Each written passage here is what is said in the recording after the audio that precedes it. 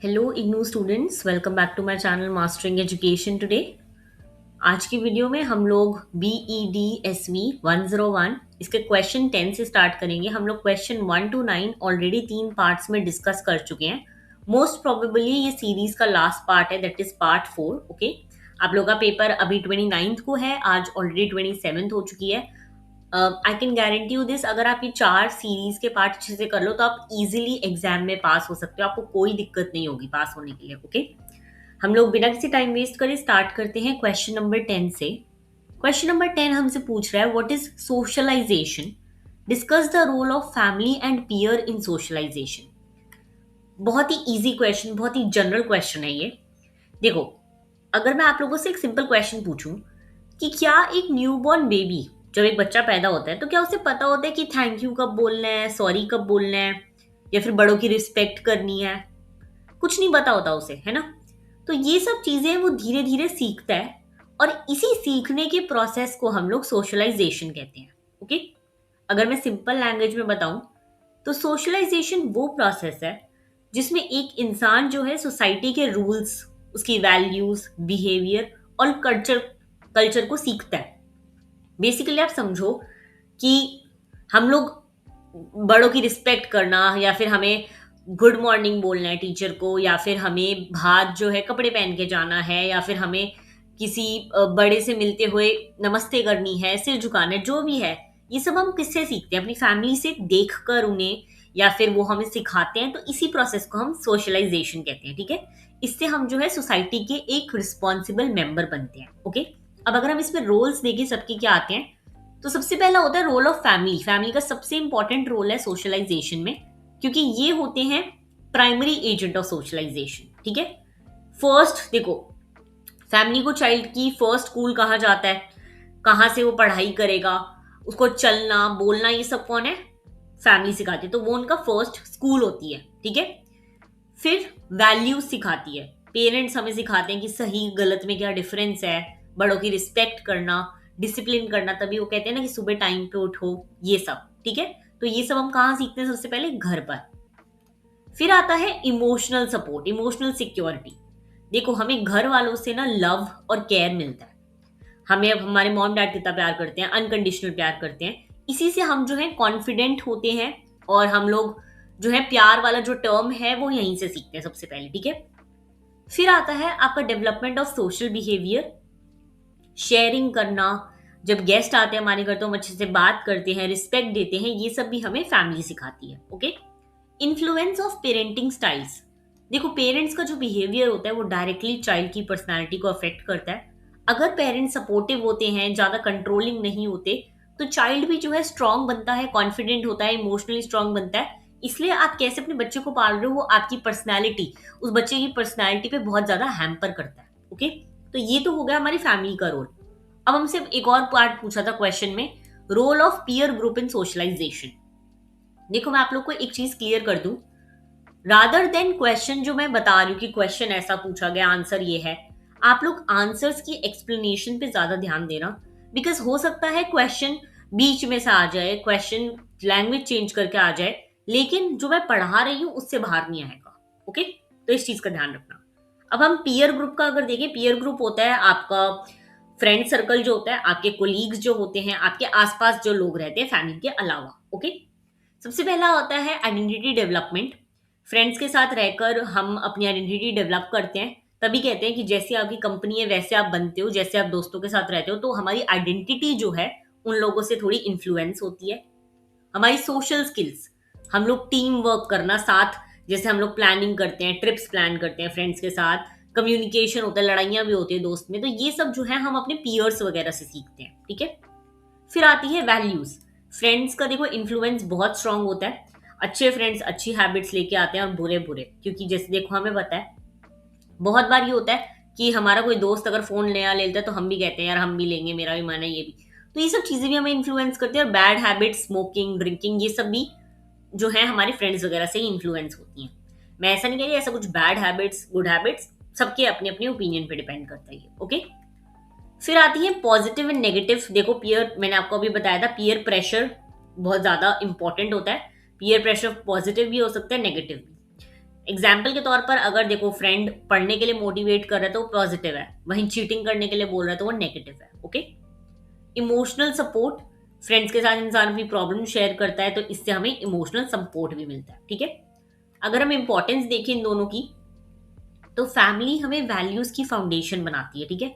हम लोग बेसिक चीजें जो है सबसे ज्यादा हमारी लाइफ की वो फैमिली से सीखते हैं, और पियर्स जो होते हैं उन वैल्यूज को रियल लाइफ में प्रैक्टिस करना सिखाते हैं। हम लोग सबसे ज्यादा टाइम उनके साथ स्पेंड करते हैं तो वो चीजें हम वहीं पे प्रैक्टिस करते हैं। ओके। तो ये चीज ध्यान रखना। इजी क्वेश्चन था, बहुत ही जनरल क्वेश्चन है, इतने सारे पॉइंट्स आपको नहीं लिखने। अगर ये क्वेश्चन कंबाइन आता है तो 3-3 करके लिख देना पॉइंट्स, अगर अलग आता है तो 5-6 पॉइंट्स लिखने पड़ेंगे। ओके। मूव करते हैं नेक्स्ट क्वेश्चन पे, that is question number 11। What is the role of parents in value development? Very easy question, again the same question जो हमने अभी सोशलाइजेशन में पढ़ा, वही सेम चीज आएगी ना। देखो, अगर एक छोटा बच्चा घर में देखता है कि उसके पेरेंट्स हमेशा सच बोलते हैं, सबकी रिस्पेक्ट करते हैं, जरूरतमंद लोगों की हेल्प करते हैं, तो वो बच्चा बचपन से ही वो चीजें सीखता आएगा, है ना। तो बिल्कुल वही, अगर बच्चा, देखो, सबसे ज्यादा मैं आपको बताती हूँ, हम लोग जब छोटे थे, आप लोग याद भी करोगे, बच्चा जो होता है ना वो देख के ज्यादा चीजें सीखता है। जैसे ऐसे हैंड शेक करना, ये सब करना, वो देख के सीखता है, उसे कोई सिखाता नहीं है ना। तो हम लोग जो है बच्चे या कोई भी इंसान अपने पेरेंट्स को सबसे बड़ा अपना रोल मॉडल मानते हैं।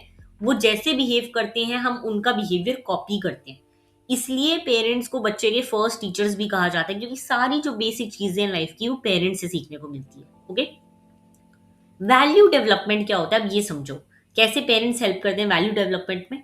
लेकिन पहले हम समझते हैं वैल्यू डेवलपमेंट क्या होता है। देखो, वैल्यू डेवलपमेंट का मतलब है बच्चे के अंदर ऑनेस्टी, रिस्पेक्ट, डिसिप्लिन और काइंडनेस, ये जैसे कि जितनी भी अच्छी तरह की वैल्यूज होती है जो एक सोसाइटी में जरूरी होती है एक इंसान के लिए, ये सब डेवलप करने वाली चीज हम वैल्यू डेवलपमेंट कहते हैं। और इस प्रोसेस में इन वैल्यूज को एक बच्चे के अंदर ये गुण डालने के लिए ना, रोल जो है पेरेंट्स का सबसे बड़ा होता है। ठीक है। सबसे पहले क्यों, देखो, रोल मॉडल मैंने आपको कहा था, सबसे पहले ये सबसे इंपॉर्टेंट पॉइंट है इस पूरे आंसर का। पेरेंट्स रोल मॉडल होते हैं। अगर पेरेंट्स टाइम पर उठते हैं, सच बोलते हैं, दूसरों के साथ बहुत अच्छे से रहते हैं, रिस्पेक्ट करते हैं, तो बच्चे नेचुरली वही कॉपी करते हैं। इसलिए कहते हैं कि children copy your actions not your advice. जैसे जिसके माँ बाप होंगे ना, बच्चा वैसा ही होगा। तभी वो कहते हैं ना, the Apple does not fall far from the tree. जैसे जिसके पेरेंट्स होते हैं, जैसे उनके अंदर क्वालिटीज होती है, वैसी बच्चा बनता है। इसलिए आपने काफी बार देखा होगा, देखो, डॉक्टर का बच्चा डॉक्टर बनता है और एक पब्लिक सर्वेंट का बच्चा पब्लिक सर्वेंट बनता है, तो ये चीजें काफी सिमिलर होती हैं। ठीक है। फिर आता है आपका वैल्यू ओरिएंटेड होम एनवायरनमेंट। एक घर जहाँ पे प्यार हो, रिस्पेक्ट हो, अंडरस्टैंडिंग हो, वहां बच्चा जो है इमोशनली भी स्ट्रांग बनता है और मॉरली भी। स्टोरी टेलिंग से बहुत ज्यादा फर्क पड़ता है। बचपन में हम सबने पंचतंत्र की कहानियां, रामायण, महाभारत, महात्मा गांधी, ये सब स्टोरी सुनी है, तो इससे हमारी वैल्यूज डेवलप हुई हैं। Setting rules and boundaries, very important. देखो, पेरेंट्स बच्चों को रूल्स फॉलो करना सिखाते हैं, टाइम पर सोना, होमवर्क कंप्लीट करना, एल्डर्स की रिस्पेक्ट करना, और इसी से जो है उन बच्चों में डिसिप्लिन वाला जो है एक गुण डेवलप होता है। ठीक है। वैल्यू डेवलप होती है। एम्पथी एंड कंपैशन, अगर पेरेंट्स बच्चे को सिखाते हैं कि किसी नीडी पर्सन की हेल्प करो, एनिमल्स के ऊपर, एनिमल्स का ध्यान रखो या उन पे दया करो, शेयरिंग करो, तो बच्चे के अंदर भी वो कंपैशन वाली वैल्यू डेवलप होती है। ठीक है। कल्चरल रिलीजियस वैल्यू भी ऐसी ट्रांसफर होती है। पॉजिटिव रीइंफोर्समेंट का मतलब होता है जब बच्चा कोई अच्छा काम करता है और पेरेंट्स उसकी अप्रिशिएशन करते हैं, जैसे कि अगर आप अच्छे मार्क्स लाते हो तो आपको फोन ले देना या आपको वॉच ले देना, कुछ भी ले देना, ये पॉजिटिव रीइंफोर्समेंट होता है। Okay. Next very important point, open communication and moral reasoning. देखो, पेरेंट्स को बच्चों के साथ ओपनली बात करनी चाहिए। अगर बच्चा कोई गलती करता भी है तो उसको सिर्फ डांटने से कुछ नहीं होगा, उसको समझना भी जरूरी है। इसी को हम मॉरल रीजनिंग कहते हैं, और ये पेरेंट्स के अंदर बहुत होनी चाहिए ताकि बच्चे के अंदर भी ये चीज डेवलप हो। अगर हम आज के टाइम पे चैलेंजेस देखें तो पेरेंट्स के सामने काफी चैलेंजेस आते हैं। एक तो बिजी शेड्यूल, बच्चे आजकल बहुत बिजी रहते हैं, मोबाइल फोन्स वगैरह का दिक्कत आती है, सोशल मीडिया पे इतने ज्यादा रिलाय करते हैं, स्क्रीन टाइम पे, तो इन सब की वजह से फैमिली को टाइम कम दे पाते हैं। और इसीलिए पेरेंट्स को कॉन्शियसली क्वालिटी टाइम स्पेंड करना चाहिए ताकि वो अपने बच्चे के अंदर ये सारी वैल्यूज डेवलप कर सके। Okay. Easy question. Let's move on to the next question, question number 12। What is adjustment? What are the push and pull factors of adjustment? Easy question indeed. हमें नाम से ही पता चल रहा है कि क्या बात हो रही है, यहाँ पे एडजस्टमेंट की हो रही है। देखो, एक सिंपल एग्जाम्पल से समझो। सबसे पहले मान लो आप स्कूल चेंज करते हो, ठीक है, बीच में 10th के बाद आपने स्कूल चेंज करा। तो पहले दिन तो जाकर आपका कोई फ्रेंड नहीं बनेगा, नया क्लासरूम होगा, नए टीचर्स होंगे, और शुरू में ना वो चीज़ें बहुत ऑकवर्ड लगती हैं। लेकिन धीरे धीरे आप सबके साथ कंफर्टेबल होने लगते हो, टीचर्स के साथ बातचीत करने लगते हो, दोस्त बनाने लगते हो, और इसी प्रोसेस को जो है हम लोग एडजस्टमेंट कहते हैं। ओके, अगर मैं सिंपल लैंग्वेज में बताऊं तो एडजस्टमेंट का मतलब है नए एनवायरनमेंट या सिचुएशन के अकॉर्डिंग खुद को अडेप्ट करना। ठीक है, यानी लाइफ में चेंजेस को एक्सेप्ट करना, उनके साथ बैलेंस बना के रखना। अगर आपकी लाइफ में कुछ भी एकदम चेंज आ गया, सबसे इजी एग्जांपल समझो, आजकल बहुत बच्चे जो हैं 12th के बाद मूव आउट कर जाते हैं, बाहर किसी कंट्री में चले गए, या फिर कहीं और स्टेट में चले गए यूनिवर्सिटी के लिए, कॉलेज के लिए। तो उन लोगों को एडजस्ट करना पड़ता है ना। या फिर आप लोग में से कितने लोग होंगे जो नौकरी वगैरह के लिए अपना सिटी वगैरह छोड़कर आए होंगे, तो एडजस्ट करना पड़ा ना एक नए एनवायरनमेंट में। इसी को तो हम एडजस्टमेंट कहते हैं, जब आप एक्सेप्ट कर पाते हो चेंज को। ओके, अगर हम टाइप्स ऑफ एडजस्टमेंट देखें क्या क्या होती है, सबसे पहले आती है आपकी पर्सनल एडजस्टमेंट, अपनी इमोशंस और स्ट्रेस को कंट्रोल करना। ठीक है, जैसे कि अभी आपके एग्जाम चल रहे हैं तो एग्जाम का प्रेशर बहुत ज्यादा होगा, तो इसको आप लोग समझते हो कि ठीक है, ये नहीं कि मैं एग्जाम के प्रेशर के मारे मैं कुछ गलत काम करूं, मैं पढ़ूंगा तो प्रेशर कम होगा। ओके, सोशल एडजस्टमेंट होता है जब आप लोग फैमिली, फ्रेंड्स और सोसाइटी के साथ अच्छे रिलेशन मेंटेन करते हो। अकेडमिक होता है नए स्कूल या कॉलेज में जाकर। ऑक्यूपेशन होता है जब आप नए एक ऑफिस में जाते हो। मैरिटल फैमिली होता है जब आप देखो शादी करके किसी और फैमिली में जाती है लड़की, वो हो गया। ओके, तो ये हो गए आपके सारे टाइप्स ऑफ एडजस्टमेंट। अब हम आते हैं पुश फैक्टर्स पे। क्या ऐसी चीजें हैं जो हमें पुश करती हैं इसकी तरफ, एडजस्टमेंट की तरफ? ठीक है, जो भी चीजें हमें अंदर से मोटिवेट करती हैं एडजस्ट करने के लिए, उन्हें हम पुश फैक्टर्स कहते हैं। ध्यान रखना इस चीज का। ओके, अंदर से जब हमें मोटिवेशन आ रहा है किसी चीज के लिए एडजस्ट करने का, उसे हम पुश फैक्टर्स कहेंगे। सबसे पहला आता है बायोलॉजिकल नीड्स। वेरी इजी, खाना, पानी, सेफ्टी, बेसिक ह्यूमन की नीड्स हैं और हमें एडजस्ट करने के लिए पुश करती है। जैसे कि अब देखो, रात के 4 बजे आपको भूख लग जाए, ठीक है, और आपको पता है जोमेटो स्विगी काम नहीं कर रहा और आपने कभी खाना बनाया नहीं। अब जोमेटो स्विगी काम नहीं कर रहा, तो अंदर से आपको पुश मिलेगा कि चल ठीक है यार, मैं किचन में जाके कुछ बनाने का ट्राई करता हूँ। तो ये हुई बायोलॉजिकल नीड। ओके, फिर आती है आपकी साइकोलॉजिकल नीड, जैसे कि लव, रिस्पेक्ट, बिलोंगिंगनेस। आप जैसे स्कूल में जाके एडजस्ट करते हो नई जगह पे, उस रिस्पेक्ट के लिए, बिलोंग करने के लिए वहां से, तो वो चीज। ठीक है, गोल achievement, very important, very easy.